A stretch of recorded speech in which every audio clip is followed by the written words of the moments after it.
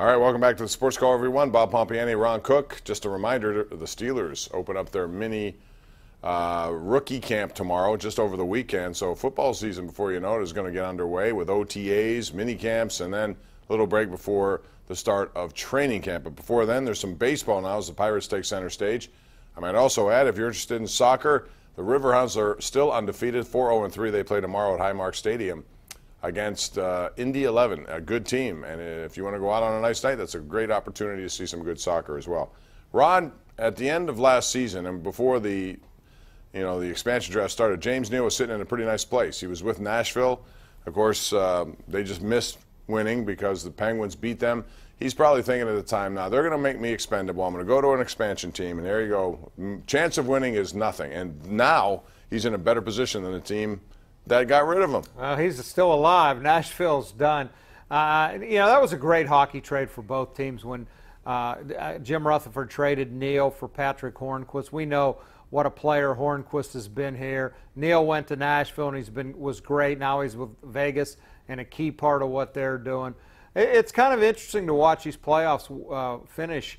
Neal is obviously with Vegas and Marc-Andre Fleury. Everybody knows that. You got Kunitz with Tampa Bay is left. Bonino goes out tonight. He was left with Nashville. But you still got some Penguins to root for in these playoffs.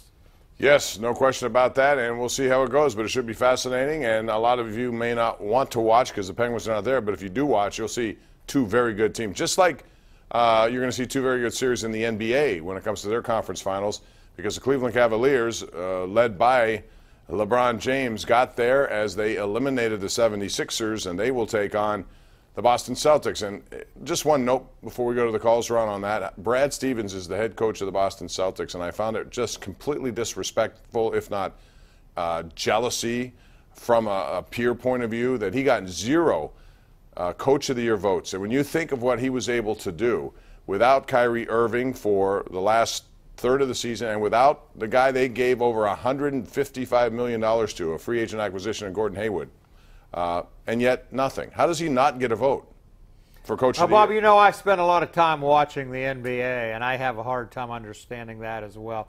I don't watch the NBA. I can't speak about Brad Stevens. I know that's your cup of tea. He was a great college coach, and he's gone on to the NBA and done great things in Boston. Do you give Boston any chance against Cleveland, or is LeBron just playing so good that LeBron is willing it, but I think Boston still, without those two, can win this game or this series.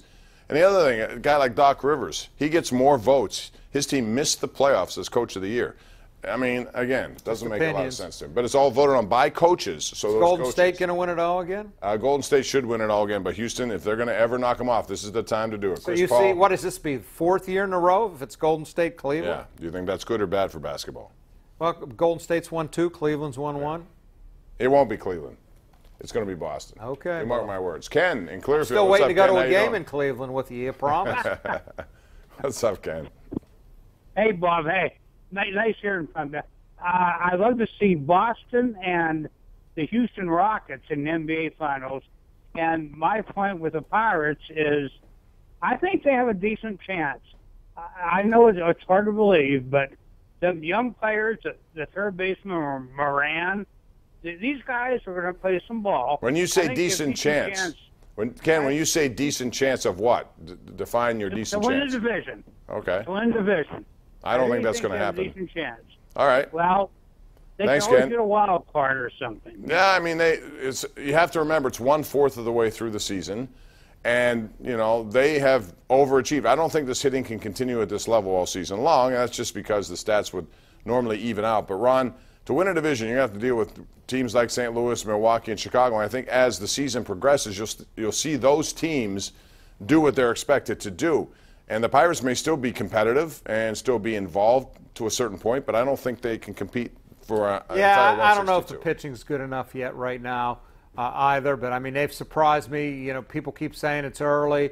They'll fold. It's early. They'll fold. Well, game Sunday, it will be their 40th. That's a quarter pole for me. That's 25% of the season. They're going to be above 500.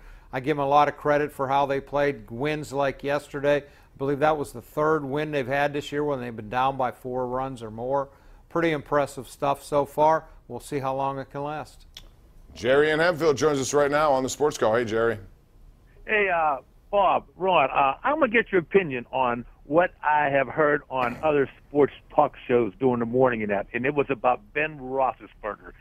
And which was on Ron's show, the Ben Roethlisberger show. Are you referring to that interview? No, not the Roethlisberger. Oh. Like, there's like First Take and there's other. Oh, what they're saying? Okay. Yeah, and they have other professional athletes on there who are retired, and they're saying that they don't believe that Ben is going to be starting quarterback in 2020 because of his antics now of saying, I don't want to play, I'm thinking about this, I'm worrying about this, and then he drafted a quarterback, and they said it kind of maybe rubbed him the wrong way in what he's saying. And I don't think it's ever going to get to that level, Jerry. I honestly think, Ben has changed his mind, but I think the Steelers have to do their due diligence. If they believe they need somebody, and if this guy was that good and they had him rated that highly, they owed it to themselves. I don't know that Ben will be the starter in 2022, but I'll bet he is in 18 and 19. And how long more is he going to play? We'll see. I still think he's playing at a very high level. I know he was troubled. They picked a quarterback, not because he feels like his job is threatened, but because he wants guys to help them win right now. As long as he's healthy, and probably even if he doesn't this year, I think Landry Jones will be the backup. This pick's not going to help him until down the road. He wants to win now. And I'm all for going for it now, too, because Le'Veon Bell is going to be gone after this season. I'm putting all my eggs into this year if I'm the Steelers. All right, we're going to take a break here. We have Marilyn, Eddie, and Tony all coming up next. You're watching the Ireland Contracting Nightly Sports Call right here on Pittsburgh CW.